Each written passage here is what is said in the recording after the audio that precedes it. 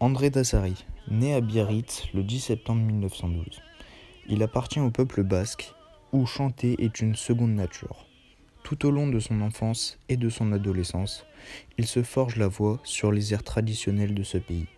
Son père le dirige vers une carrière dans l'hôtellerie, là où il apprendra son métier dans l'un des plus grands hôtels d'Europe, le Savoie.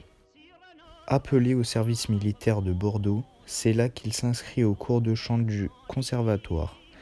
Il y décroche tous les premiers prix de toute discipline, chant, opérette, opéra. André participe régulièrement à des radios-crochets, là où il y choisit à chaque fois de chanter Aïe Aïe Aïe, une œuvre écrite pour voix de ténor. Le choix de cette chanson aux difficultés vocales lui font remporter le succès et remarqué par des professionnels. En 1938, il est présenté par Daniel Darieux et Pascali Reventura, célèbre compositeur et chef d'orchestre avec son groupe des collégiens qui rencontre un vif succès avec ses chansons à sketch. André tente sa chance avec ce célèbre orchestre, ce qui lui ouvre les portes vers une carrière professionnelle sous le nom de André Dassary. Avec les collégiens, il a pu tourner 2 films, Feu de joie et Tourbillon de Paris, qui sont disponibles sur YouTube et que je vous mets en description de cette vidéo. La guerre le mobilise. À son retour, l'orchestre n'existe plus.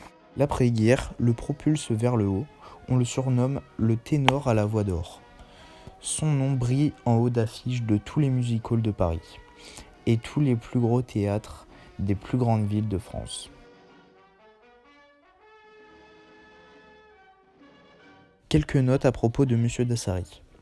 Il connaît une notoriété sous l'occupation avec une chanson à la gloire de Pétain, Maréchal nous voilà, devenu l'emblème du régime de Vichy. Il est père de la comédienne Evelyne Dandry. En 1952, il est récompensé du disque d'or pour le million de disques vendus. Son plus grand succès particulièrement retenu par le public est Ramuncho.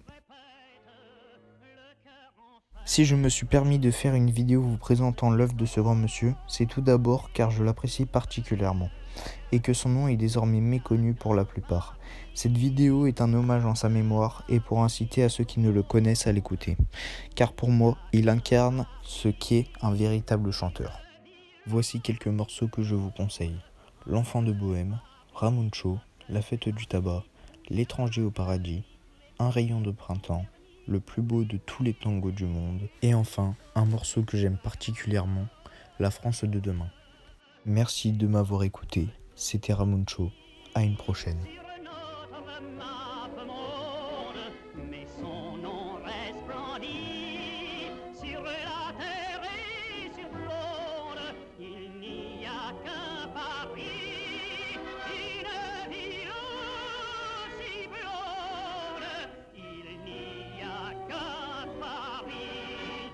Seul Paris au monde.